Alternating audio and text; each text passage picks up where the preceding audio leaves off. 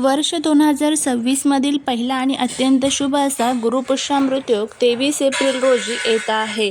ज्योतिषशास्त्रात या योगाला सर्व कार्यासाठी सिद्धिदायक मानले जाते. आजच्या या व्हिडिओमध्ये आपण पाहणार आहोत हा योग इतका महत्त्वाचा का आहे, देवी लक्ष्मीला हा योग का प्रिय आहे, या दिवशी देवी लक्ष्मीच्या लक्ष्मी प्राप्तीसाठी कोणते विशेष उपाय करायचे आणि सर्वात महत्त्वाचं या दिवशी एक अतिशय प्रभावी असा हा उपाय आपल्याला करायचा आहे. या उपायामुळे घरात चहूबाजूने पैसा येईल, जन्मोजन्मीचे दारिद्र्य संपून जाईल, शत्रू संपेल. असा हा प्रभावी उपाय कसा करायचा याबद्दलची संपूर्ण माहिती आज या व्हिडिओमध्ये मी तुमच्यासोबत शेअर करणार आहे. त्यामुळे तुम्ही हा व्हिडिओ स्किप न करता शेवटपर्यंत नक्की पहा. जर या चॅनलवरती नवीन असाल तर चॅनलला सबस्क्राईब करा आणि असेच माहितीपूर्ण नवनवीन व्हिडिओ पाहण्यासाठी बेल आयकॉनलाही प्रेस करा, म्हणजे जेव्हा कधी मी नवीन व्हिडिओ अपलोड करेल त्याचं नोटिफिकेशन सर्वात अगोदर तुम्हाला भेटेल आणि तुम्ही एक पण व्हिडिओ मिस करणार नाही. त्याचबरोबर कमेंटमध्ये श्री स्वामी समर्थ लिहायला अजिबात विसरू नका.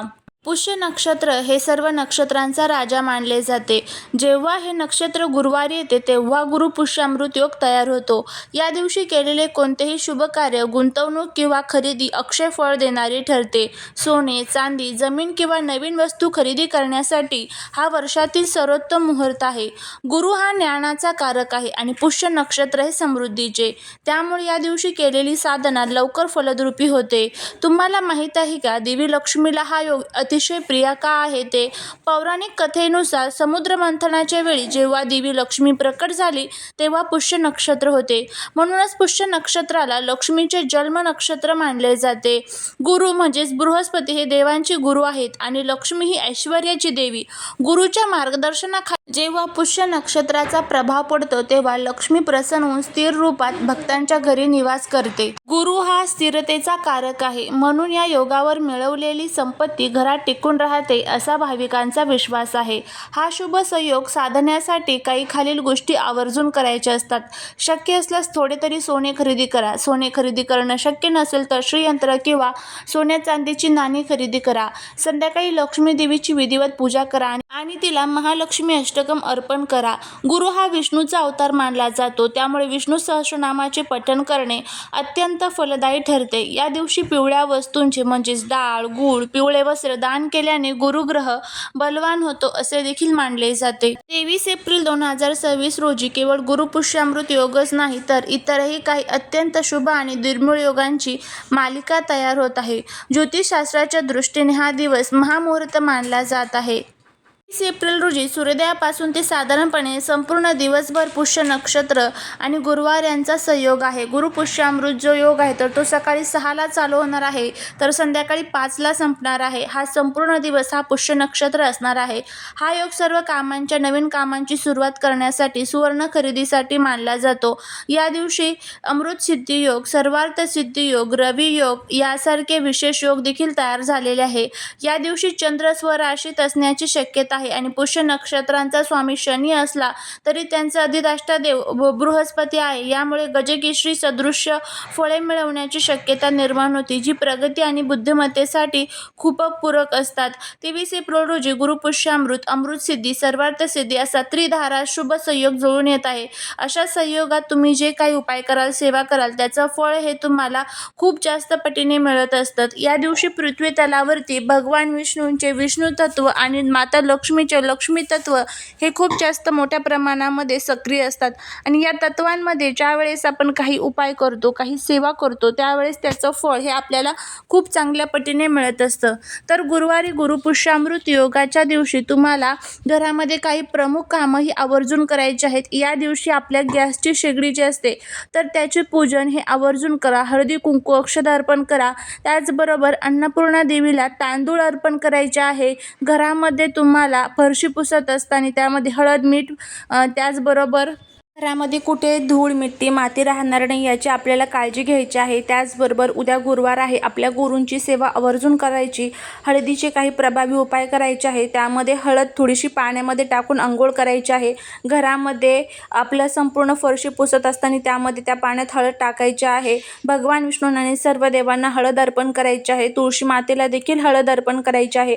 या छोट्या छोट्या गोष्टी किंवा हे छोटे छोटे उपायसुद्धा आपल्याला खूप या दिवशी प्रभावी असे ठरत असतात.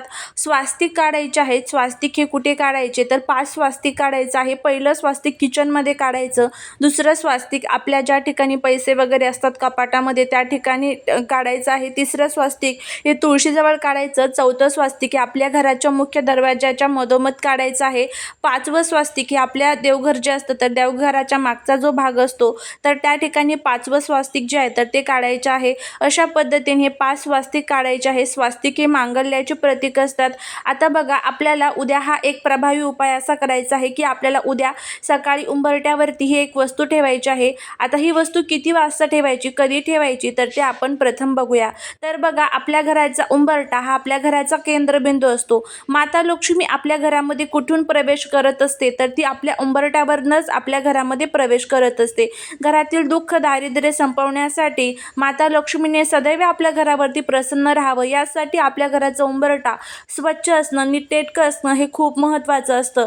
वाईट निगेटिव्ह एनर्जी असतात त्या घरामध्ये कुठून प्रवेश करतात तर उंबरठ्यावरनंच. त्यामुळे घराचा जो उंबरठा आहे तर तो नेहमी स्वच्छ असावा आणि ज्या वेळेस हे काही प्रभावी असे योग येतात तर त्या योगांच्या दिवशी उंबरठ्याची पूजा ही आवर्जून आपल्याला करायची असते, जेणेकरून माता लक्ष्मी आपल्या घरामध्ये प्रवेश करेल. तर असा हा प्रभावी उपाय कसा करायचा तर ते बघा. सर्वात प्रथम हा उपाय घरातील महिला पुरुष कोणीही करू शकतं. फक्त श्रद्धा आणि विश्वासाने करा. कोणाच्याही मनामध्ये शंका कुशंका येऊन देऊ नका. आता या उपायाने काय होईल तर आपल्याकडे खूप पैसे येईल असं मी अजिबात म्हणणार नाही, पण आपल्या घरामध्ये सुख शांती समृद्धी नक्कीच टिकून राहील. शत्रू संपेल, घराची पतीची मुलांची प्रगती सुरू होईल. सकाळी सर्वात प्रथम स्वच्छ आंघोळ करून घ्यायची. सकाळी 10 वाजायच्या अगोदर तुम्हाला हा उपाय करण्याचा प्रयत्न करायचा आहे. लवकरात लवकर, जितकं लवकर शक्य होईल तितकं लवकर हा उपाय करा. त्यानंतर आपल्याला थोडंसं पाणी घ्यायचं आहे. त्यामध्ये हळद, मीठ, गोमूत्र टाकायचं. या पाण्याने आपला उंबरठा स्वच्छ धुवून पुसून घ्यायचा आहे. उंबरठ्यावरती हळदीचं लेपन द्यायचं. आता आपल्याला उपाय करायचा आहे. एक ताट तयार करून घ्यायचं आहे. त्यामध्ये गुलाबाचं फूल असेल तर अतिशय उत्तम, नाहीतर गुलाबाचं अत्तर घ्या. त्याचबरोबर एक छान तुपाचा दिवा तयार करून घ्यायचा आहे.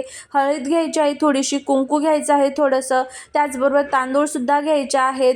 तुम्हाला 5 लवंग, 5 वेलची घ्यायच्या आहेत. उंबरट्यावरती जायचं आहे. उंबरट्याच्या मधोमध एक स्वास्तिक काढायचं आहे. त्या स्वास्तिकवरती तुम्हाला हळदी कुंकू अक्षता अर्पण करायचे आहे. एक फूल तुम्हाला तिथे जे गुलाबाचं आहे तर ते अर्पण करायचं आहे आणि उंबरट्याच्या कोणत्याही साईडला तुम्हाला आपण हा जो दिवा आणलेला आहे तर तो दिवा तुम्हाला तिथे ठेवायचा आहे. त्या दिव्याच्या खाली तांदूळ ठेवायचे. त्या तांदळावरती दिवा ठेवायचा. त्या दिव्यामध्ये जे आपण लवंग आणि वेलची घेतलेल्या आहेत तर त्या घ्यायच्या आहे. आपल्या हातामध्ये घेऊन देवी लक्ष्मीला प्रार्थना करायची की माझ्या घरातील सर्व दुःख दारिद्र्य दूर होऊ दे, तुझी अखंड कृपा माझ्या घरावरती राहू दे आणि त्या दिव्यात ह्या सर्व साहित्य टाकून द्यायचं आहे.